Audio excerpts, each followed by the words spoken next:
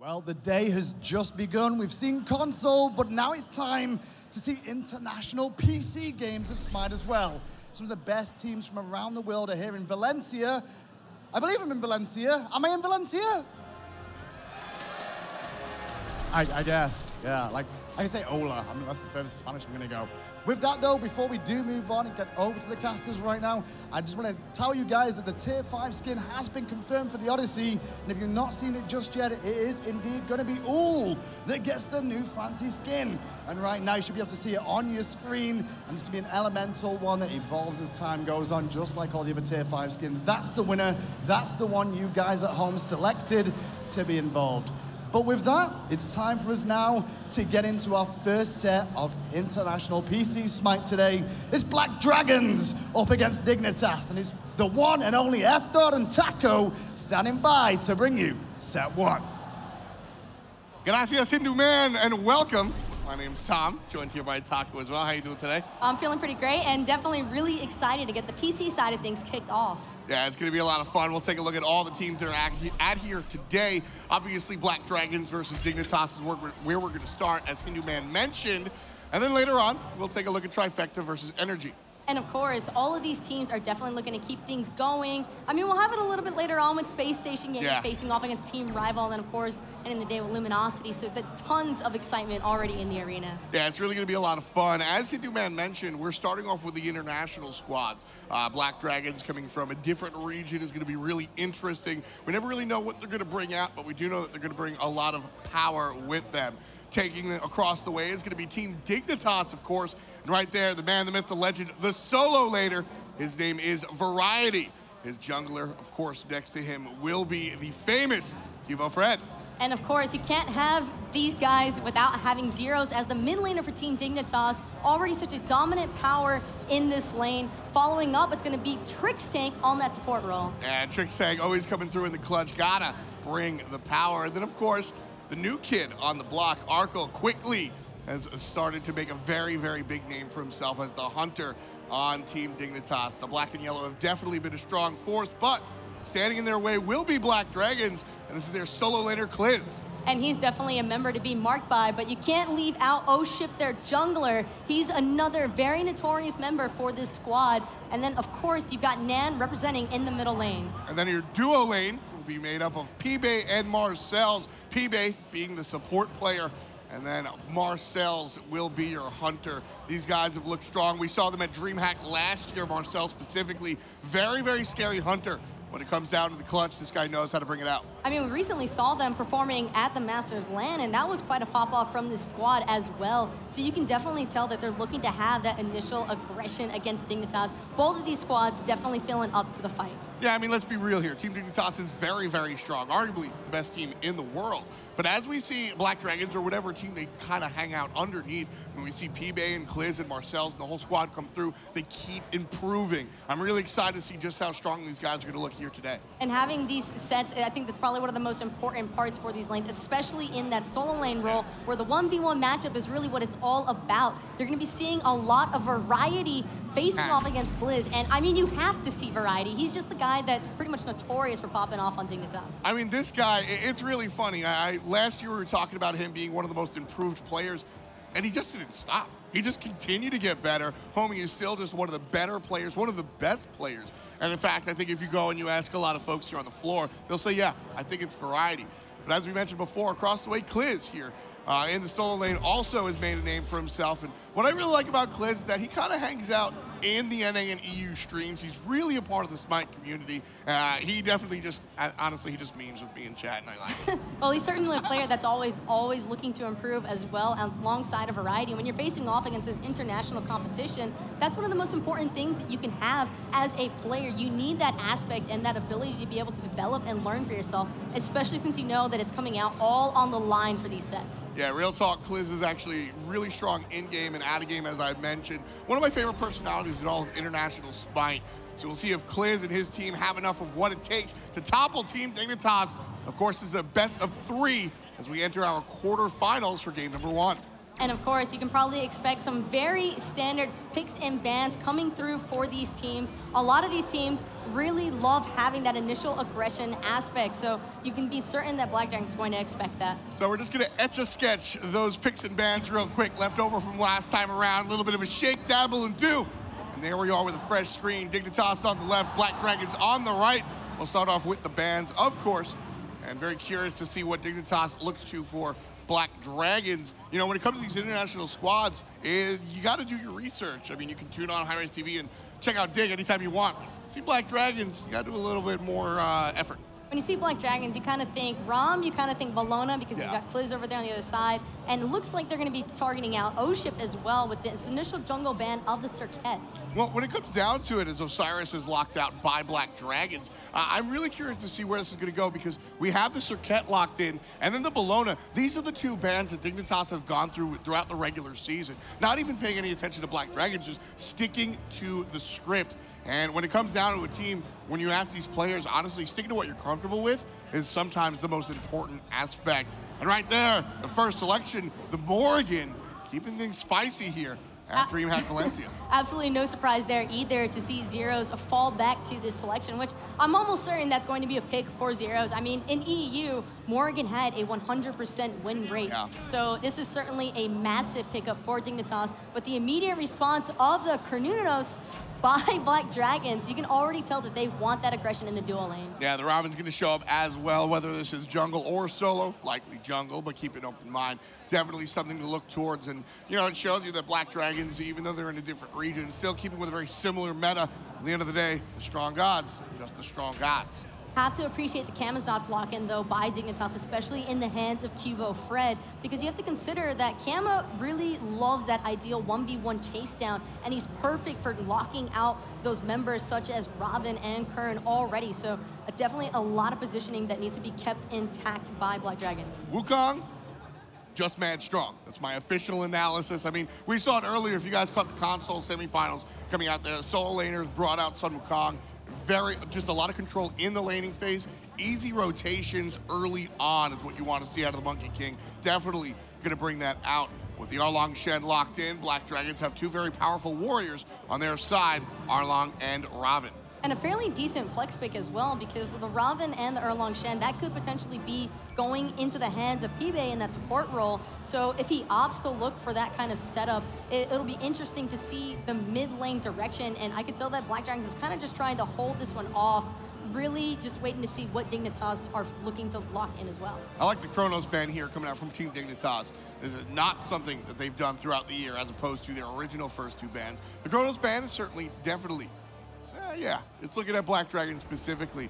Their mid laner absolutely likes that. The double Osiris ban, obviously not the case. You're going to get that fixed in a moment, but focusing more on that Kronos, Taco, I mean, this is an interesting character because he's still powerful, but players sometimes underestimate it. You have to be a little bit more careful with your positioning on that Kronos early on. In the mid lane role, you have a little bit more flexibility with it because you know you're going to have the assistance of your jungler, potentially even your support, depending on how your rotations play out. But really, Dignitas don't want to let Black Dragons have any sort of viability for that late game potential, because once you let a Kronos start rolling, he doesn't really tend to stop. Let's go, and that's pretty much the end of it.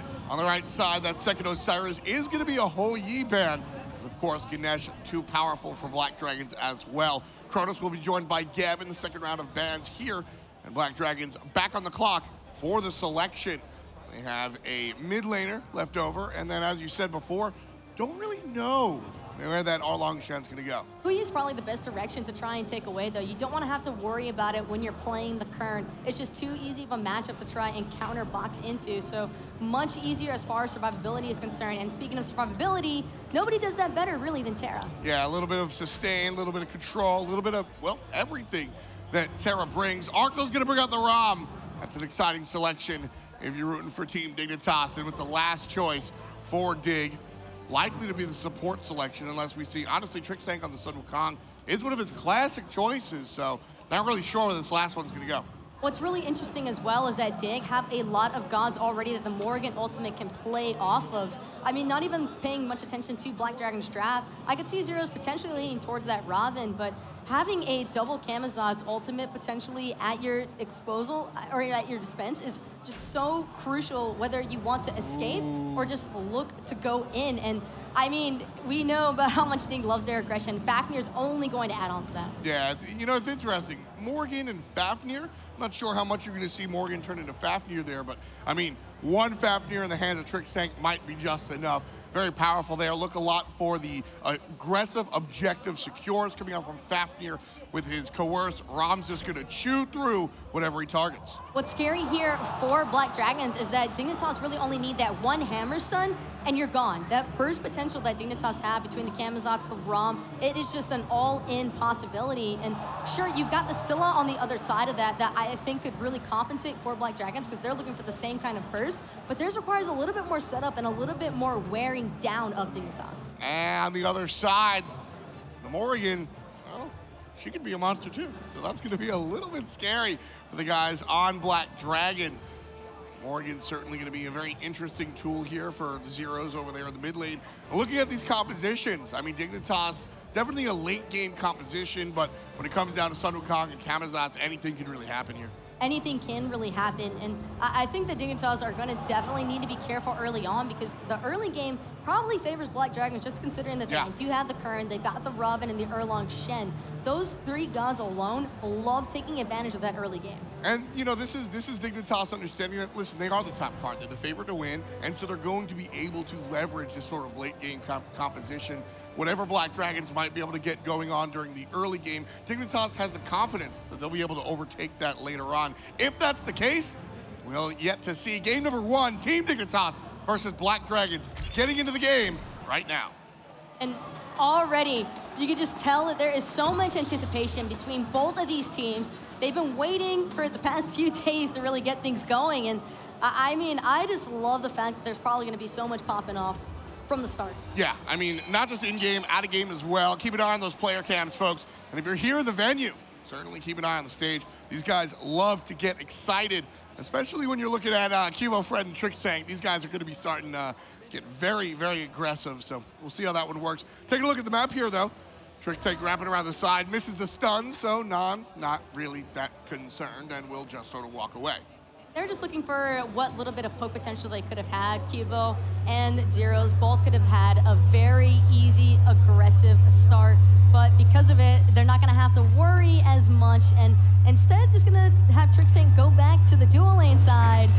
Zyrhoes and Qvo need to be a little bit careful of this Ravana clear early on. oShip kind of walking in front, getting a little bit of feedback. I think that's just the adrenaline running through the players. Zyrhoes takes a little bit of poke, but Black Dragons retires to their jungle, and Team Dignitas will do the same after a little bit of fighting. Nice invade coming out from Team Dignitas on the left-hand side, but Black Dragon successfully defends their red buff, hands it over to Cernunos. Unfortunately unsuccessful for Dignitas because now they're going to have to worry about what's happening at this Oracle section. And so they're going to need to just keep an eye on these Oracles, really ensure that they are just locking this down and then getting back to the lane safely. Now, Arkkyl and Trixtank just taking care of business here, cleaning out the jungle, as you said. Nothing really exciting going on right now. I think teams are just looking for that initial farm, trying to find themselves at level 2, and then we'll see what's going on a little bit later. Looking towards this dual lane, though, Taco, Trixtank and Arkkyl, obviously, I think the late game is in their hands, but how are they going to favor against PIBE and MarcelZ nice and early? Well, typically, the current has a more favorable matchup against the Ram just because of the fact that Ram has to get a little bit closer to the wave, but the current's clear, can typically tap him just like that. Going to be forcing Arkkyl to backstep in almost every single time. Easy clap for PIBE to make. I like how MarcelZ goes for the single basic attack there. Understands he's not going to be able to full commit, but every little bit counts. Black Dragons actually has momentum here on the left-hand side, pushes Team Dignitas into their jungle. Dignitas are able to successfully defend the at least the little guys on the purple. Will be forced to leave the big guy alone. Black Dragons comes back into the lane. And Arkkyl and Trixtank, I mean, this is still a fairly aggressive lane. MarcelZ and PIBE definitely need to keep their distance because getting caught by even the slightest hammer stun just means that you're eating all those astral arrows to the face, and that's not a position you really want to find yourself in. I like the Team Dignitas. I like that Black Dragons, excuse me, tested Dignitas. They went into the jungle. They looked for that purple buff, but They said, all right, look, you got it, well done. We'll go back, retire to our back harpies, since the purple buff has already been picked up. You can see PIBE and MarcelZ both have a belt around their waist. Mid lane, QvoFred's gonna get caught out by oShip's root, but, well, there's a crush, though. It spoke too soon. A little bit of a punishment there for QvoFred. Black Dragon's having a little bit of an advantage. Zyrhoes and Qvo actually just hitting level 5 there, so you could tell in the jungle that Black Dragons were at least a little bit more efficient at clearing, and that's kind of just due to Robin being able to do Robin things. Also, the Soul Stone definitely comes into play there. I think very important stuff coming out for the Scylla here.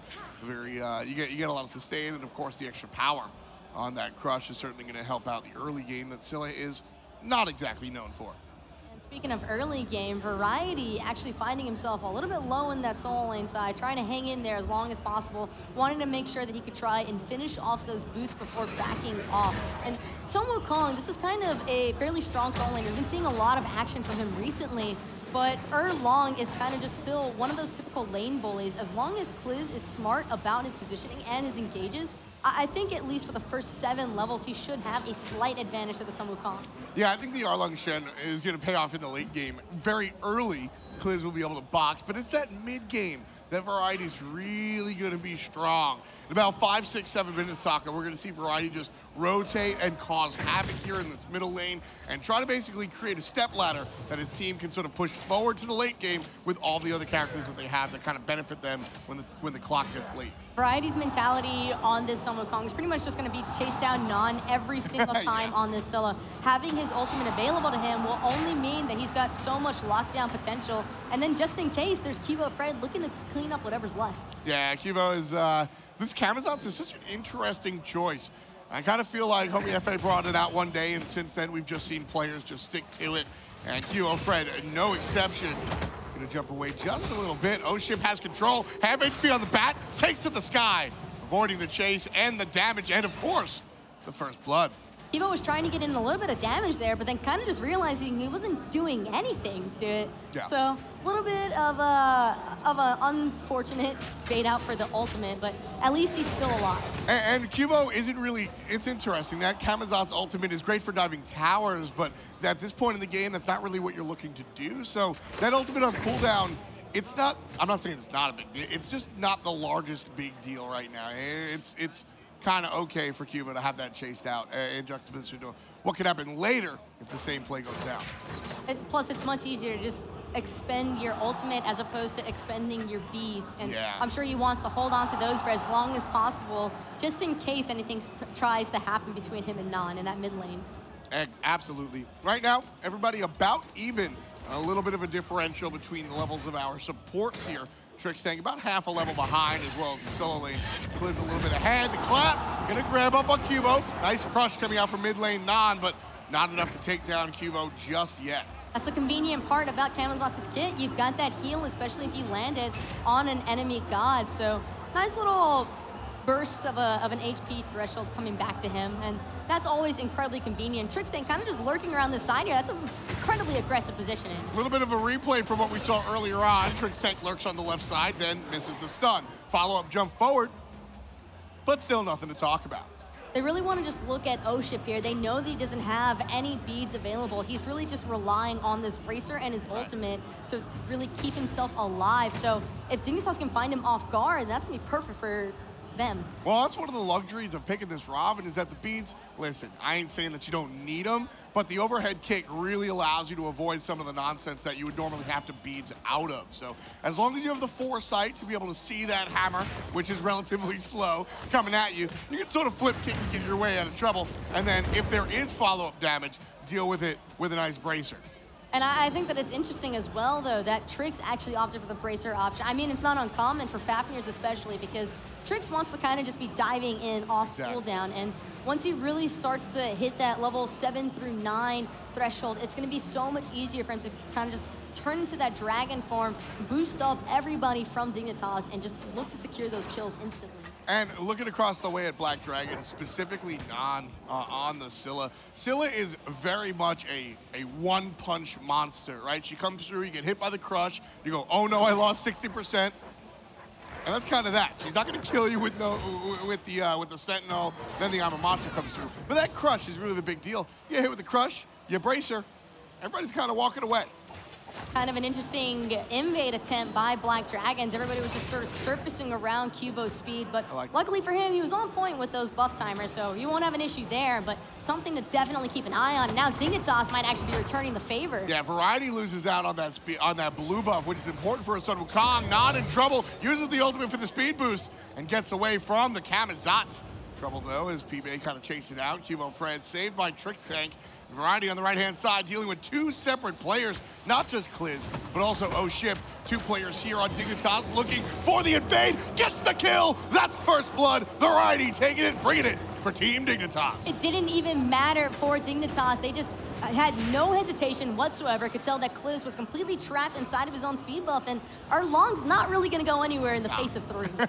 Not at all. I mean, that's just too many players in one spot for one player to deal with. Fantastic grouping up by Team Dignitas, and that was just a revenge play. Listen, Black Dragons came into my neighborhood, took my blue buff. Variety says, nah, that ain't how we do it in EU. We'll show you how it goes down. 3 players collapse in that corridor. Whap, Kliz suffers 1 death. First blood for Team Dig. As soon as Dignitas were able to force out Nann and able to force him out from that point just to ensure that he could really escape, and having to use the Scylla ultimate as well as the Terra ultimate just means that Dignitas had free reign to really play as aggressive as they wanted to inside of Black Dragon's jungle. You know, I think it was that Terra ultimate, Taco. I think if PIBE doesn't have to pop that Terra ultimate for to help out Nann over there, Kliz might be able to get out by way of animals. You pop the mink, you're going a little bit faster. All of a sudden, different scenario. I always talk about the butterfly effect and the ripple and how important it is. One thing leads to another. That right there, perfect example. And I mean, every single time, if Dignitas can keep finding those picks, that's only going to keep setting them up for this mid to late game stage. MarcelZ getting a couple of interesting poking in hands onto Arkkyl there. I like it. I like it. Listen, Arkkyl, MarcelZ, these guys are I mean, they're really both strong hunters. And MarcelZ not afraid of taking the 1v1 whatsoever. You can clearly see. I always enjoy seeing that, especially from the international teams. When you look at the other teams, NA and EU, they get a chance to see these guys almost every week and even play against them. MarcelZ hasn't played against Arkkyl. Man, it would have been a DreamHack, and I don't think they played against each other at that point. So, I mean, this is, it's the first time, so they're giving it a shot. But that's the advantage that MarcelZ needs to be pressing every time if he can. If he can make sure that they are attacking them off cooldown, then all they really need to be concerned about is just keeping in mind that he can play aggressive, he can get away with it, and Arkkyl is going to almost look to take up that bait every time. I love that. I love that communication coming out from Black Dragons. Trixtank, excuse me, coming right back around that corridor where he's really starting to like this high entrance into the mid lane. He gets pinged out and not actually through the root, knowing that Trixtank was coming from around the corner now. Trix was able to backstab really quick away from it, but I like that communication coming out from BD. I think Black Dragons are really trying to give a little bit more respect to Dignitas within their own jungle. They're just looking to kind of group and make sure that they can secure their own buffs right now, because we saw what happened last time they tried to overextend into the side of Dignitas, and I think the primary focal point here for Dig is just looking for that aggressive factor. Trixtank jumping right in the middle. There's the ultimate out of QvoFred, but honestly, Dig doesn't really get much out of that. Seemed like it was going in a different direction there for a moment. I think Qvo had the gas pedal in mind, but Trix and Zyrhoes kind of just wanted to relax for a second. It was, honestly, I was just, you got to give it up for Black Dragons just able to walk away, right? A lot of times what happens is a team jumps in and you think you have to fight, but Black Dragon said, look, I mean, okay, we'll just see you later. It's like not a big deal. They just literally walked away. Just throw up the deuces and dip out of that one. Yeah, that's always, I mean, there's never anything wrong with taking that step either. And speaking of which, Kliz just kind of just turtling through the wave right there. I see what you did there. It's always a fun interaction. I mean, you know, he's going to rock it out. He's going to look to slow down the game a little bit here. Black Dragons, like we said, they got a little aggressive and they got punished for it. So now as we approach a dozen on the clock here, Team Dignitas up 1-0. First blood went their way, so 500 gold obviously in their coffers because of that.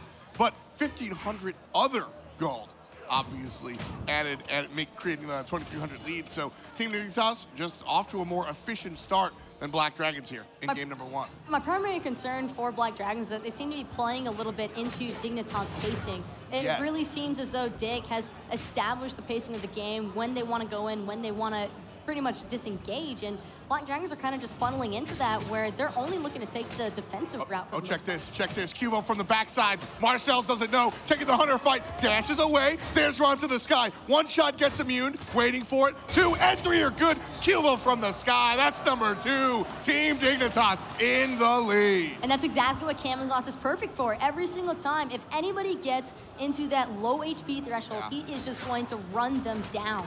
That was a really hot play by QvoFred, noticing that there's just no vision there for Black Dragons. Not a single red ward near the dual lane side. You have one entering the mid lane, but still no eyes by the Gold Fury either. That one goes to Team Dignitas, leading by 4K. Black Dragons looking for the punishment. Arkkyl still alive at a quarter HP. Trixtank transforms, Black Dragons turns tail. Beautiful disengage, and speaking of disengage, Nann's been left all alone facing off against Variety. Kliz. He still has his ultimate available though. He's actually looking to chase down the rest of his team. oShip got caught out of position. Now it's PIBE looking to fall next. Oh, he's definitely gonna fall here, jump forward, missed by Zyrhoes, but Variety picks up the kill, 4-zip. Team Dignitas off to a tear here.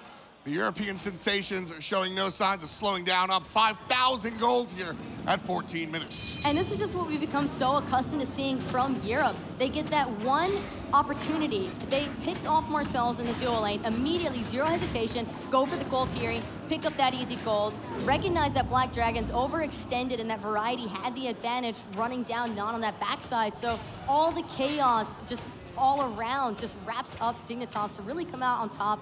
And now they get the portal demon for free too. That's impressive right there. Now, normally what happens is we see the team, whoever basically wins on the left side of the map, picked up the Gold Fury, and then in response, the team that winds up on the bottom side is able to go ahead and scoop up the portal demon sort of as a consolation prize. But Team Dignitas staying omnipresent all over the map, able to pick up both objectives here. Because of that, just continuing to increase their lead. And this is really the concerning factor for Black Dragons. It's great having a Scylla and a Terra, but not when they're not dealing anywhere near as much damage. And Dignitas have no concern, no respect. They're just going straight into that mid lane. Yeah, just walking right into the tower. oShip's behind. Nobody cares. Nobody cares. Level 12 Ravana, just not too scary. Look at this build, though. I think that's part of the reason. Boots are done, but going into a more expensive item here.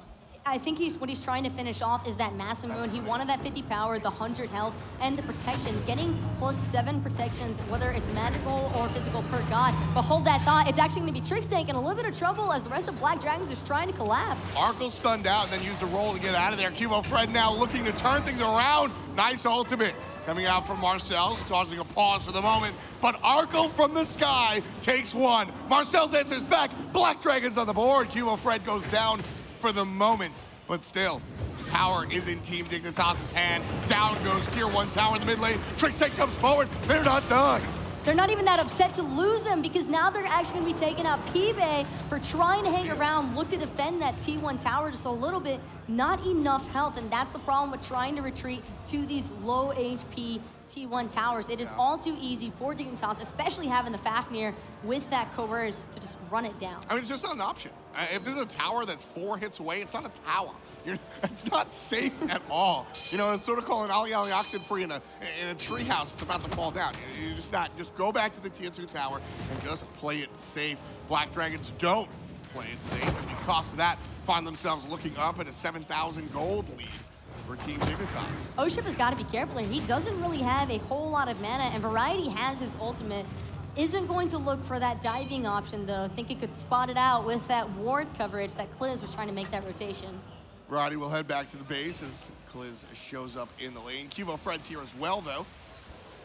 Kliz should know this. QvoFred gonna join the party. Variety relatively low. Kliz gets baited. There's a couple of basics. Don't forget the heal is gonna be good on Variety in just a little bit. The chase is on. Basics are good. Going for the tower dive. Couple of basics, some more, and there's the kill. QvoFred, that's number 7, and the crowd is pleased. And that's the beauty of building Brawler's second item against a solo laner like Erlang Shen. Sure, you got the advantage early on, but as soon as Qvo established that Brawlers, it is pretty much the anti-heal selection. It is such an ideal item. I mean, you saw the heal. It wasn't really even a heal. Exactly. It was like a temporary 50 health. Right now, Ship certainly wishes he had a couple of extra HPs.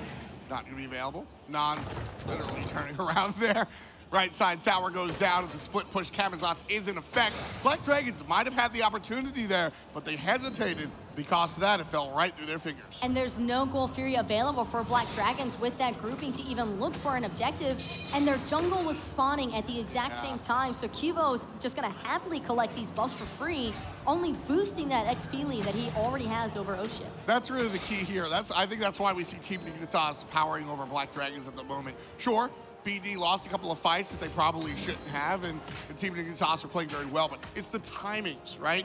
You can't really find objectives after the fact if you aren't. That one answer back for Black Dragons wasn't enough, and Team Dignitas winning these fights go directly to the Gold Tier, the Portal Demon after that. Gold Tier spawned right now, and I'm very curious to see how long it's going to take Dig to go back. And the main issue, too, for Black Dragons is that the only members on their team that are really keeping up with Dignitas as far as experience is concerned and gold is going to be PIBE and MarcelZ, that dual lane. But I don't think that dual lane by itself is really enough to try and carry Black Dragons through this segment. Dignitas are kind of just really escapading all over the place inside of that jungle. Yeah, Black Dragons really needs the help of Nann and Kliz to really make this set happen. And game number 1, at least thus far, not really bringing it. 7 kills to 1 here, and 18 and just about above a half. Black Dragons paying attention to the Gold Fury, not aggressively. Looking like they just want to keep Team Dignitas off of that objective. Variety kind of just showing a presence and being Nann, he's already in trouble. Nann has no HP. Zyrhoes just completely deleted it. Arkkyl's there to finish him off. He's up in the air, really just trying to keep everything up in hectic, and Variety is just chasing them down again. Trixtank goes for the transform. Variety could be in trouble. Nice ultimate out of MarcelZ, but it's just a deterrent. Not going to be aggressive. Here comes Variety from the backside. Knocks up Kliz, knocks him down as well. QvoFred gets credit for it. oShip puts himself on the board, but QvoFred following the chase, looking for more, gets it with Arkkyl. 4 players pushing forward, and Black Dragons, 3 players down. It's just the duo lane. Dignitas retreat back into the jungle, looking for the gold. Trixtank has a speed buff, Quvo has a speed buff, Trixtank has a golden experience lead. It is just all too easy for Dignitas to keep doing what they have been doing all game long. That is getting the single pick, throwing all this chaos into the face of Black Dragons. They just don't really seem to know how to respond because they just honestly don't have the damage to or the peel necessary to. And Dignitas is showing their complete understanding of exactly how much power they have. With 3 players down, there's really not a care in the world on the left-hand side. Very casually split the team up. One side goes to the tower, the other side goes to the Gold Fury. Just collect all of the gold and go ahead and pass go. 10-2, the kills, so much less important than the gold. 11,000 for Team Dignitas at the moment in the lead. Nann finds a nice root crush combo, but that's the result of the lead, Taco. Just not enough damage out of this mid lane Scylla. 12,000 experience is probably one of the most devastating and brutal leads you could possibly have. I mean, Black Dragons were even looking to potentially just slide that Portal Demon away from Dig, but it's not going to matter. Dignitas are just going to look to pose so aggressively against Black Dragons, and they want the fight. That's all that they want. This is just confidence. Team Dignitas have the audacity to go for this Portal Demon in the face of BD. I mean, they just don't care. Nann's in trouble. Nice sentinel over the wall, but gonna be followed up not by 1, by 2 players. Arkkyl puts number 11 on the board for Team Dignitas. Not done. Girdle means go, and Variety jumping forward takes him down. MarcelZ back to base. That's just what it feels like to be against a solo laner. And again, Variety with this cudgel just cleaning up. Arkkyl gonna steal away the triple kill from his solo laner, but I mean, that's what hunters are always doing, stealing all the glory. I mean, you say stealing all the glory, that's the unofficial double kill for the hunter right there, Taco. Find your words. Pay Arkkyl his respect. 5-0-5 for the hunter. As I said, coming into the season, Variety, QvoFred, Zyrhoes, and Trixtank, these are legendary names in the world of Smite. Arkkyl, a little bit less so. This season, completely different. He's solidified himself as one of the best players, I think, in Europe, if not the world. And watching him take down the Fire Giant and, of course, the Portal Demon after the fact, Arkkyl leading this team to victory. And now with a 13K gold deficit, it is going to be such an uphill battle for Black Dragons to stay inside of this one. I think more importantly, Black Dragons are kind of just looking to use this as a learning boost for what they can do to try and improve in game number 2. I think it's kind of safe to say that this one's all but closed out. Yeah, I'd agree here, Taco. I think the biggest change that I want to see out of Black Dragons, Nann is a very good player. Give Nann something. I'm not saying give him, you know, ISIS, but give him something a little bit more early game so that he can start doing things earlier with the rest of the squad. Having him on the Scylla kind of hamstrung him early on, and because of that, we didn't really get to see him do much. I think that Black Dragons kind of just choked on the commit. They seemed a little bit hesitant when they were looking for that invade initially, and then Nann was never really able to become a factor because he just had variety shutting him out when you had oShip and Kliz looking to try and make those big front-lining aggressive plays early on, but Nann's kind of just a Scylla, and he just got abused by that Scylla. Exactly. Like I said, give him something mid-game, give him something early, and then we'll see what happens with Black Dragons. At the moment, though, Black Dragons trying to play defense here. All their towers are history, and it's all about the Phoenixes. Trixtank gets stunned out. QvoFred and Zyrhoes on the right side dealing with Kliz. Nann looking for the ultimate over the wall. Left Phoenix already dead. Trixtank gets the kill on a Kliz. MarcelZ gets chunked by Arkkyl. And the mid lane Phoenix, well, it used to be there.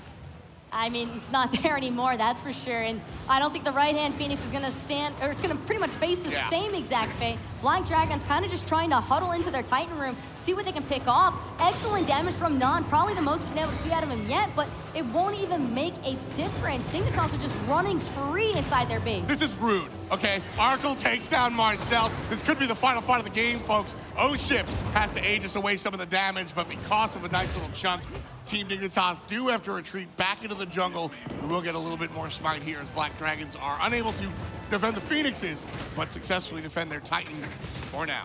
Variety just backing right outside of that mid lane Phoenix. I mean, PIBE's not letting him go just yet, but either way, there's really nothing that Black Dragons can do to really slow him down, and that's probably one of the biggest factors here for Dignitas. You've got Trixtank and Variety, who are just such big beast as far as facing off and tanking everything. A little bit of damage that Black Dragons is hoping to put out, it's just falling into the health shields of Variety and Trixtank.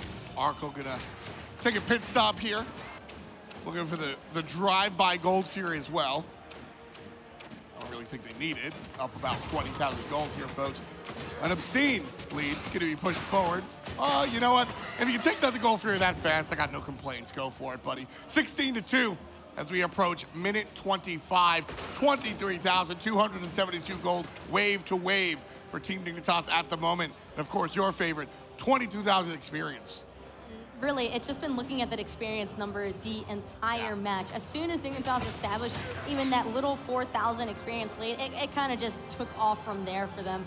They are such a experienced team by now, especially facing off all the time in that summer split, that they really just were able to build up so much team synergy.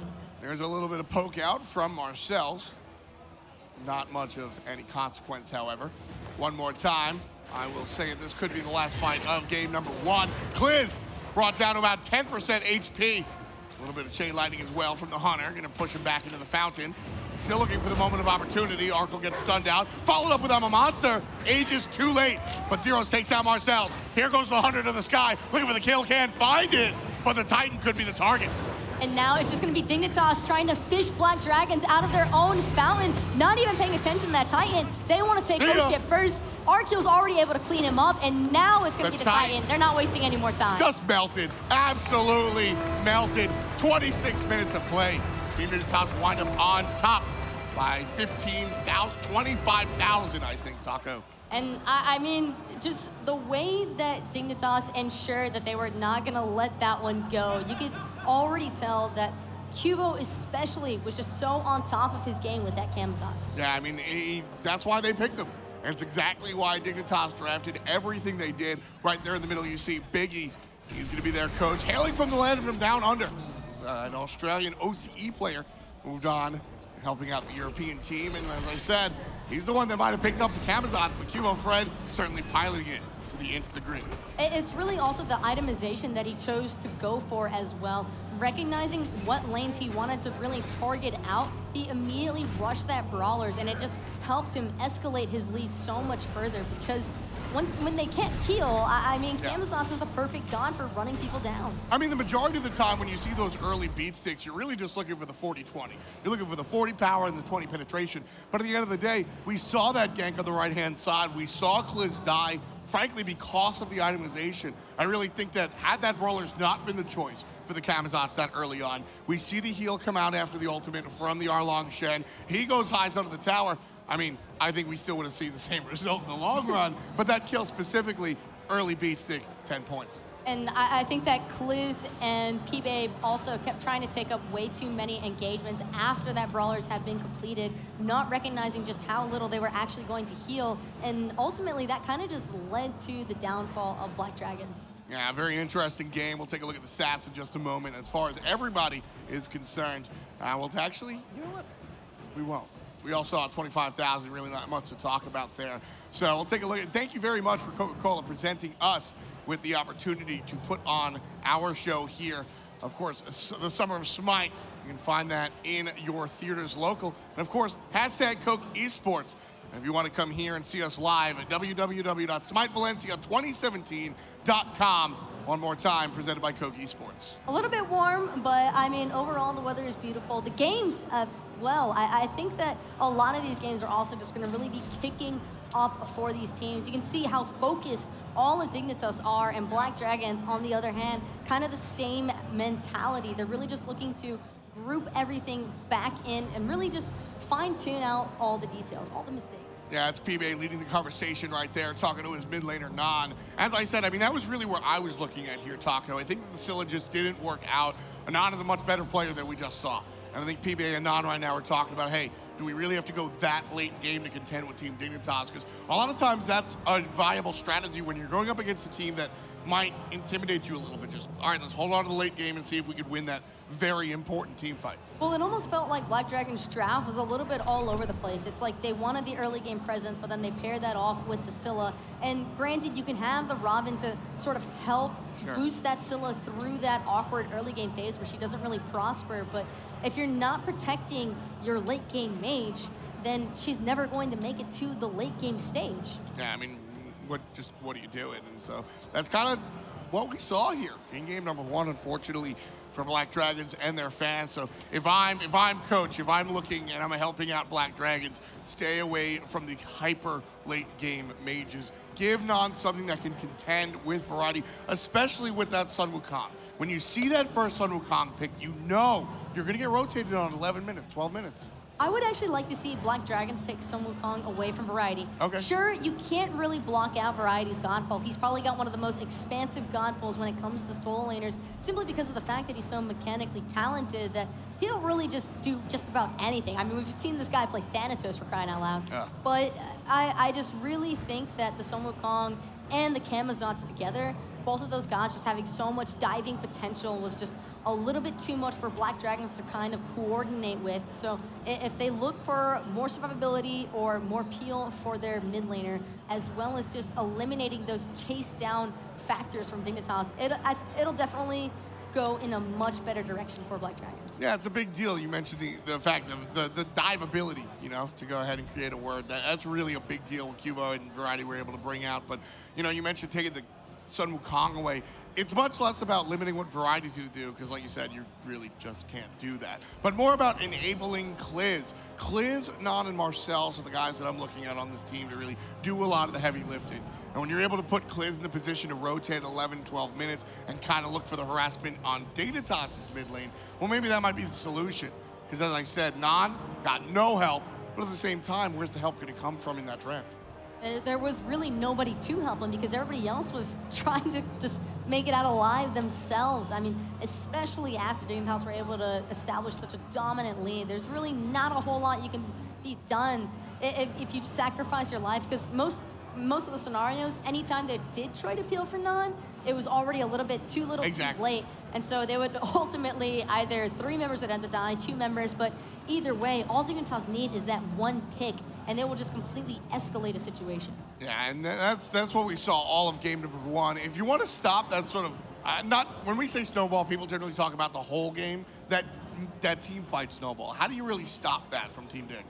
It's really just that lack of commitment from Black Dragons early on. We saw that one instance where they looked for that invade potential. Right. QvoFred was on top of his buff timers though, so it was unsuccessful. But the way that Black Dragons chose to disengage from that by expending 2 ultimates just looking for the survivability route, I think that they need to be a little bit more careful with their pathing and positioning so they're not forced out of those big ultimates that are going to be determining the early game team fights. If they hadn't lost that Scylla ultimate and the Terra ultimate early on, it doesn't open up the avenue for Kliz to get invaded and 3-man swarmed underneath his blue buff. And all around, they just need to not hesitate whenever they're choosing for a strategy. You can tell that that strategy was to invade, but it just never really came to fruition.